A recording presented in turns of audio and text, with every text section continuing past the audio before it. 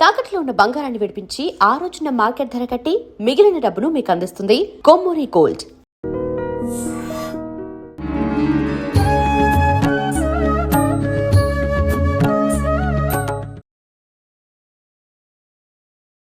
నమస్కారం, welcome to I dream. ధర్మ మార్గం విత్ విజిత కార్యక్రమానికి స్వాగతం. ప్రస్తుతం మనతో పాటు ఉన్నారు శ్రీ విద్యా ఉపాసకురాలు శ్రీ మహావిద్యానందగిరి మాతాజీ గారితో మాట్లాడి ఇప్పుడు మరిన్ని విషయాల గురించి మాట్లాడుకుందాం. మనకున్న సందేహాల గురించి కూడా నివృత్తి చేసుకునే ప్రయత్నం చేద్దాం.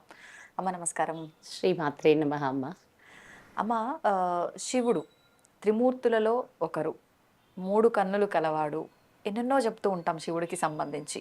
అయితే అసలు ఈ శివతత్వం గురించి, శివుడి స్వరూపం గురించి, శివుడు లింగ రూపంలో ఉంటూ ఉంటాడు అందరి దేవుళ్ళ కన్నా కూడా భిన్నంగా, ఎందుకు అలా మహాశివరాత్రి రాబోతోంది, ఆయన గురించి కాస్త మనం మాట్లాడుకొని ఆ రోజున ఏం చేయాలో అందరికీ వివరంగా తెలియజేయండి. శ్రీమాత్రే నమః.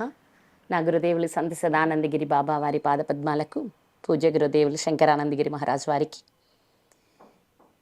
నమస్కరిస్తున్నాను. శ్రీ మహాగణాధిపతయే నమః, శ్రీ మహాసరస్వత్యే నమః, శ్రీ గురుభ్యో నమః, శ్రీ శివాయ గురవే నమః, శ్రీ శ్రీమాత్రే నమః. సదాశివ సమారంభాం శంకరాచార్య మధ్యమాం అస్మత్ ఆచార్య పర్యంతం వందే గురు పరంపరాం.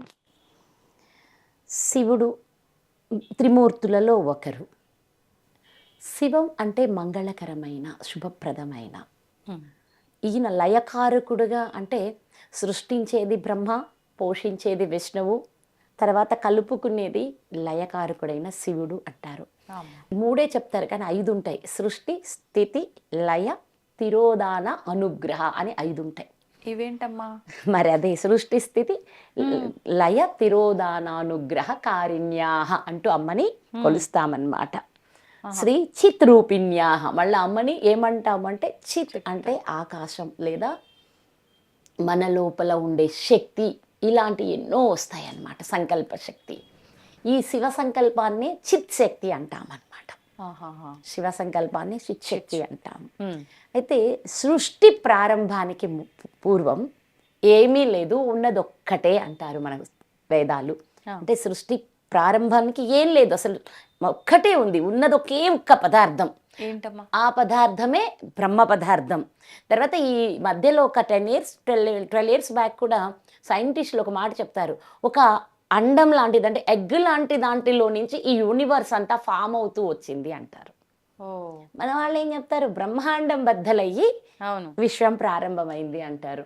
అంటే చివరికి మన ఋషులు ఏది చెప్పినా ఇక్కడికి వచ్చి సైంటిస్టులు దాన్ని ఒప్పుకుంటూనే ఉన్నారు. అవును, వితండవాదాలతో అక్కర్లేదు, జ్ఞాన సంపన్నులైన విజ్ఞాన సైన్సిస్టులు అందరూ ఒప్పుకుంటారు ప్రతిదాన్ని.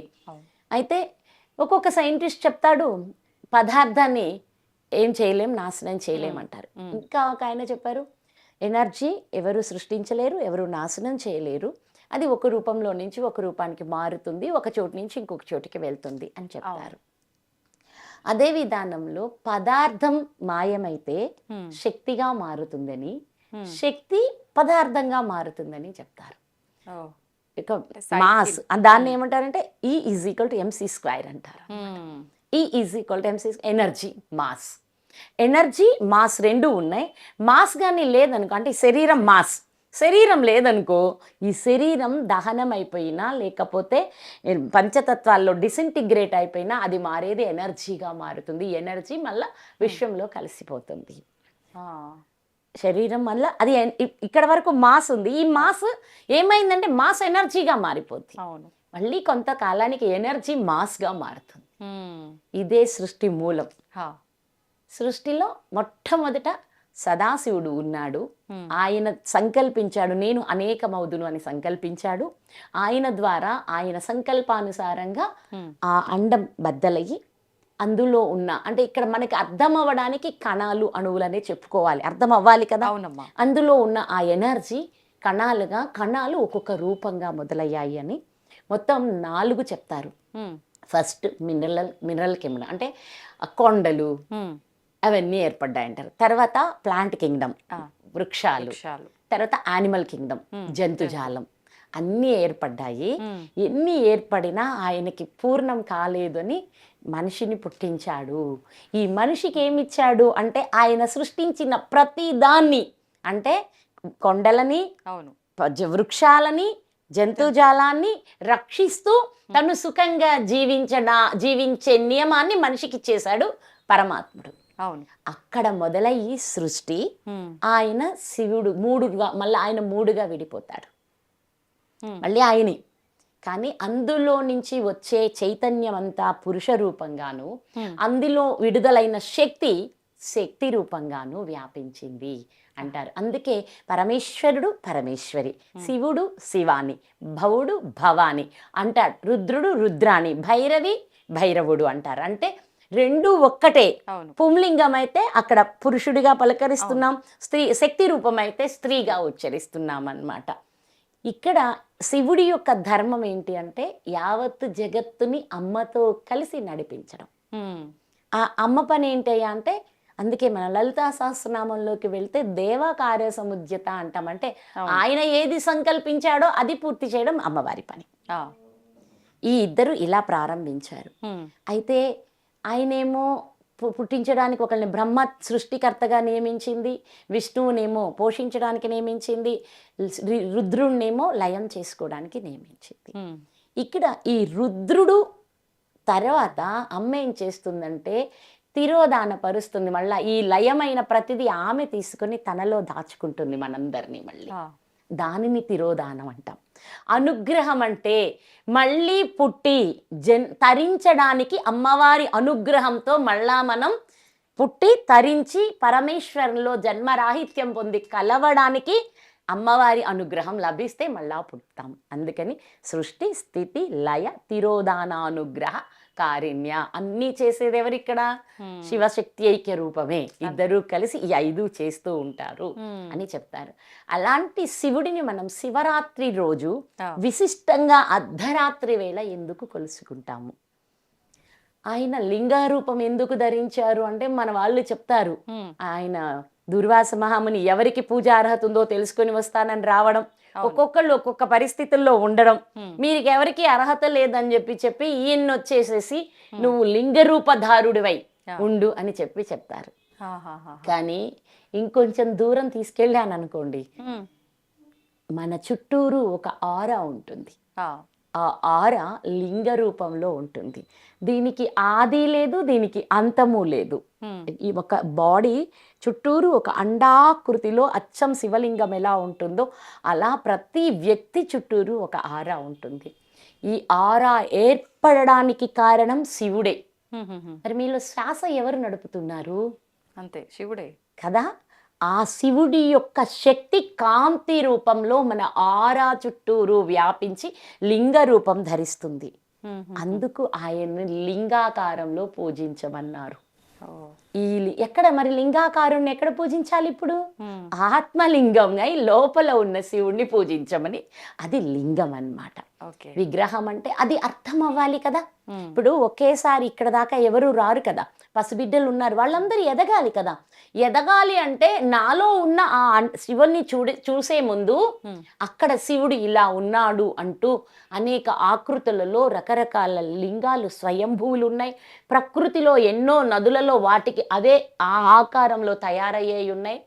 ఈరోజు ఎందరో ఉన్నతోన్నతమైన మంచి అంటే ఎనర్జీ ఎక్కువగా ఉండే శిలలను సేకరించి శివలింగాలుగా చెక్కడం జరుగుతూ ఉంది.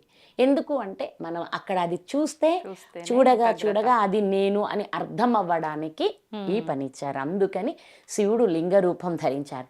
పురాణాలు చెప్పే కథలన్నిటినీ కూడా మనం పరిగణలోకి తీసుకోవాల్సిందే. ఆలే రానోడిని తీసుకొచ్చి నేనేమో చెప్తే వాడికి ఏం అర్థం కాదు కనుక మన వేదాలు మన పురాణాలు ఇవన్నీ మనకి అర్థం అవ్వడానికి ఎన్నో విధాలుగా ప్రయత్నించి ఎన్నో కథల రూపంలో దాచి ప్రతిదానికి ఒక కథ పెట్టారు. ఆ కథల్ని అర్థం చేసుకుని మనం అర్థం చేసుకోలేకపోయినా ఆ దేవదేవుడు అనుగ్రహంతో సదాశివ సమారంభమని ఈ సృష్టికి ఆది గురువు శివుడే. మళ్ళా ఆది గురువు శివుడు కనుక ఆది గురువు ఆయనై అందరిలో మనకి అంటే మనం ఎవరిమైతే ఈ శివుడి అనుగ్రహం కోసం తపిస్తుంటామో మన కోసం ఒక గురు రూపంలో వచ్చి బోధనలు ఇచ్చి ఇలా చేస్తే ఇలా ఉంటే మీకు నా తత్వం తెలుస్తుంది, మీరు నేను ఒక్కటే అనే ఏకత్వాన్ని పొందుతారు. ఏకత్వమే జన్మరాహిత్యము అని చెప్పి ఆయనే గురువై వచ్చి ఇన్ని కథలు, ఇన్ని పురాణాలు, ఈ వేదాలలోని సారం అందరికీ తీసుకోవటం అర్థం కాదు కనుక ఉపనిషత్తులుగా మార్చి మనకి మన పూర్వీకులు అందించడం జరిగింది. మరి అయితే శివరాత్రే ఎందుకమ్మా ఈ మాఘమాసంలోని ఆ రోజునే ఎందుకు మనం మహాశివరాత్రి అంటారు? ప్రతి నెలలో మూమెంట్ ఆఫ్ ఎనర్జీని బట్టి మనకి తిథులు వస్తున్నాయి. అవును కదా. ఈరోజు వాటిని నిత్యలు అంటాం. మన లలితా సహస్రనామంలో ఖడ్గమాలకి వెళ్తే మళ్ళీ వాటిని నిత్య దేవతలుగా నిత్యలు అంటాం. ఈ తిథులను ఒక్కొక్క రోజు తిథిని బట్టి ఒక్కొక్క లాంటి ఎనర్జీ మూవ్ అవుతూ ఉంటుంది విశ్వంలోకి. అలా జరుగుతున్నదాన్ని ప్రతి నెలలో మాస శివరాత్రి, మాస చివరి రాత్రిని మాస శివరాత్రి అంటారు.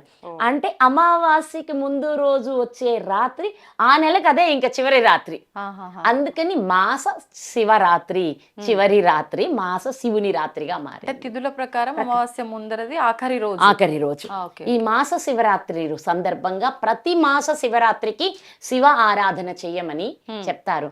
అదే మాస శివరాత్రి రోజున చండీ హోమం కూడా విశిష్టమని చెప్తారు మనకి. అంటే ఏంటి, అక్కడ ఇద్దరిని ఆ రోజే కొలవాలి అని దాని అర్థం. అమ్మవారినైనా స్వామినైనా ఇద్దరినీ కొలవాలి ఆ రోజు అని దాని అర్థం. అందుకని శివుణ్ణి ఆరాధించుకొని అమ్మవారిని పూజించుకుంటే ఆ ఇద్దరి యొక్క శక్తి ఏకమవుతుంది.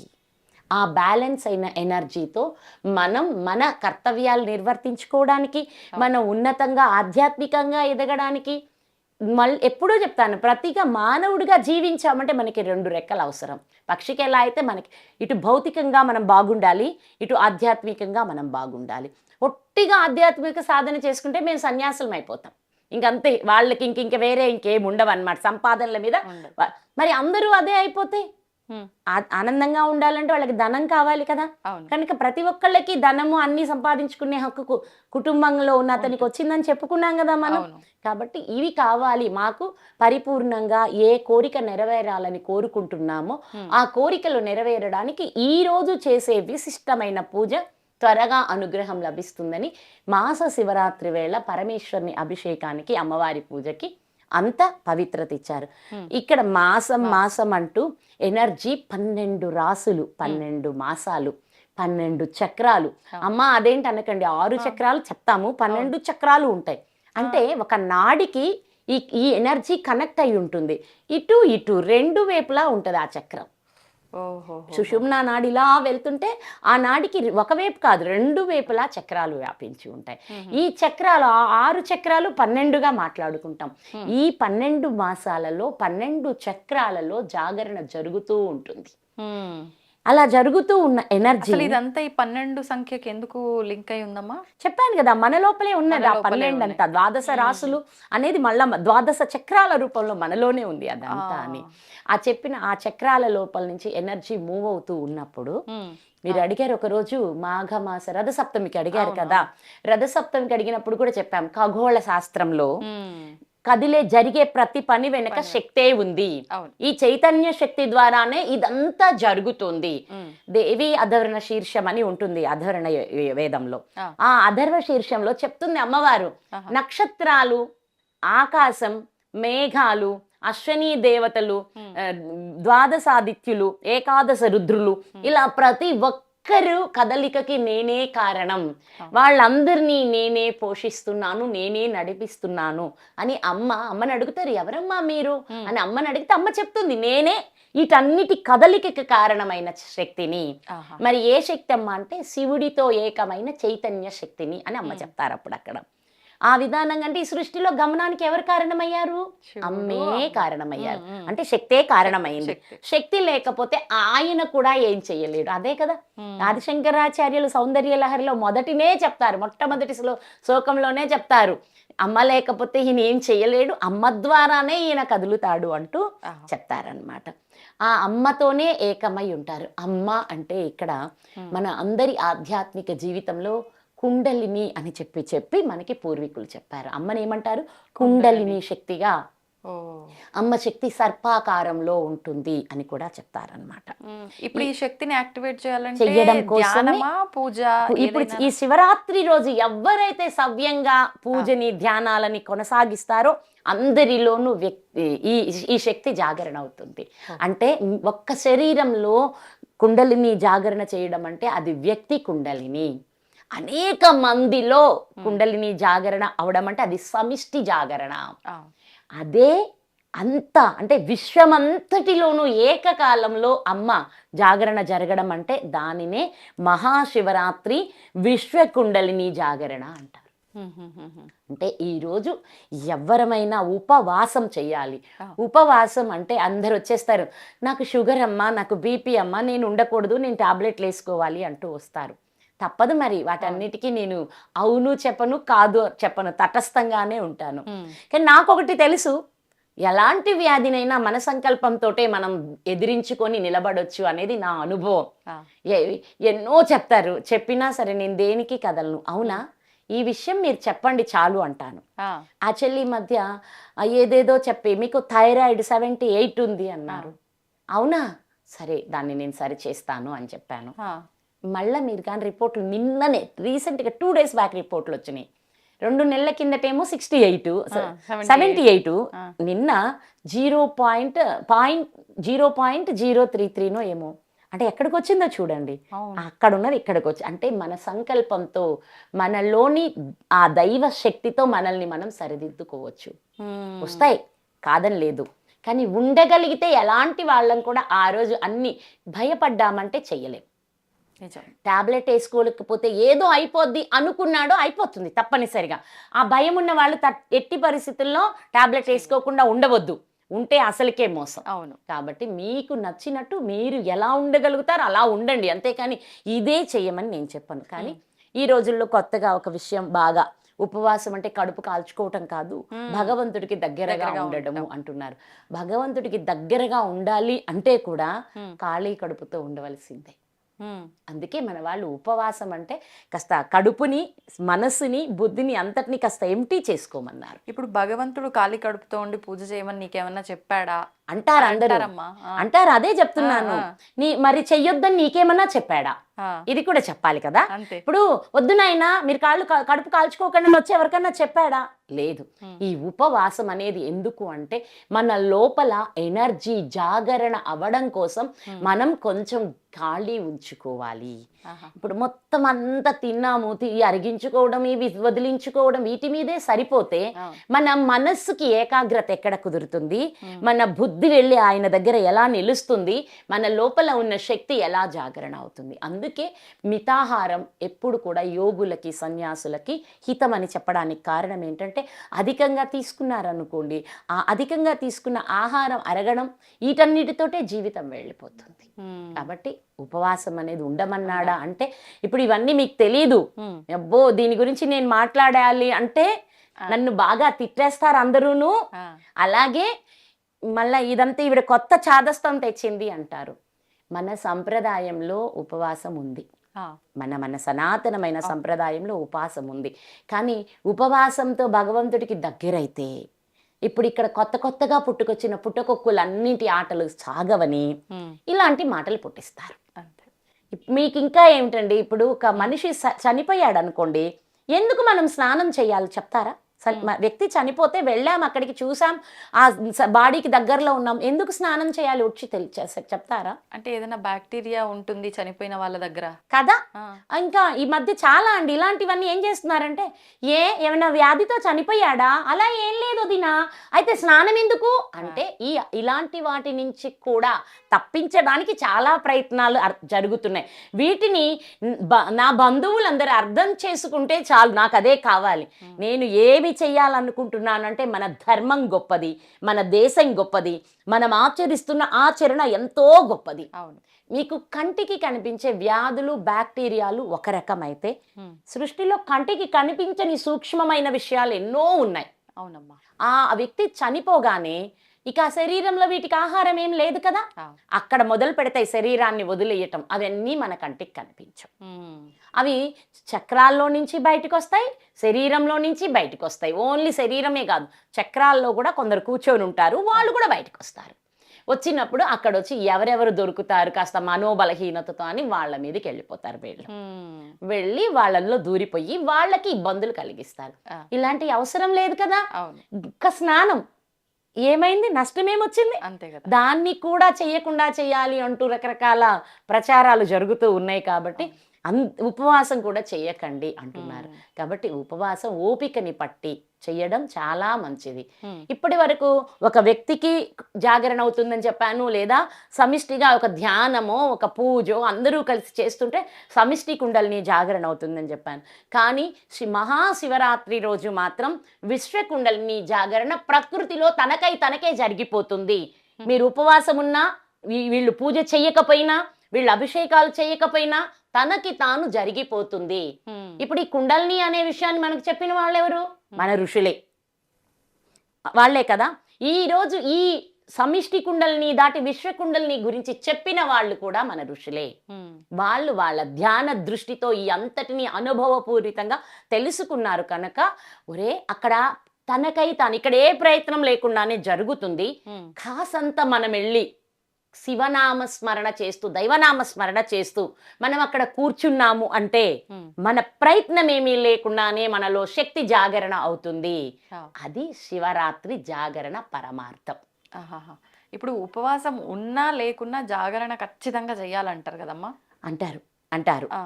అంటే జాగరణకి ఎక్కువ పుణ్యం అంటే జాగరణ ఎక్కువ పుణ్యం అంటే జాగరణలో కూడా సినిమాలు చూస్తాము, లేకపోతే టైం పాస్ కబుర్లు, ఇంకా రకరకాల వాటితో జాగరణ కాదు. ఆ దైవానికి సన్నిధిలో ఉపవాసం చేస్తూ ఆయనకి దగ్గరలో ఉంటూ హాయిగా కూర్చుని ధ్యానం చేస్తూ, ధ్యానం కాకపోతే నామం చేస్తూ, నామం కాకపోతే భజన చేస్తూ, ఏదో ఒకటి ఆ దానికి సంబంధించిన కార్యక్రమంలో మనం ఇంట్లో కూర్చున్నా గుడిలో కూర్చున్నా తప్పనిసరిగా మనలో కూడా అయాచితంగా శక్తి జాగరణ జరిగిపోతుంది. ఇంకా దీనికి ఇంకెవ్వరు అది జరగాలి ఇది జరగాలి అని. కుండలిని శక్తి జాగరణ అంటే డెవలప్మెంట్ అని, అభివృద్ధి చెందాలి అంటే మనలో జాగరణ జరగాలి. విశ్వ అభివృద్ధి కోసమే ప్రతి ఒక్కసారి ఇలా జరిగేలా యూనివర్సల్ ప్లానింగ్ లో అది తనకి తానే, అదేం మనమేం చెయ్యట్లేదు. ఈ డెవలప్మెంట్ కావాలి అనుకున్న వాళ్ళందరము తప్పనిసరిగా ఈ శక్తి జాగరణ జరిగే అద్భుత అవకాశాన్ని సద్వినియోగపరచుకోవాలి. ఎలా అభివృద్ధి చెందాలి? మీరు ఆధ్యాత్మికంగానా, ఆర్థికంగానా, పదవ, ఉద్యోగమా, మీరు చేస్తున్న వృత్తి దేనిలో మీరు ఎదగాలి అని మీరు అనుకుంటున్నారో వాటన్నింటికి ఈ రాత్రి వేళ జరిగే ఈ యొక్క కుండలిని జాగరణ శక్తి మనం స్వీకరించగలిగితే అప్పుడు తప్పకుండా జరుగుతుంది.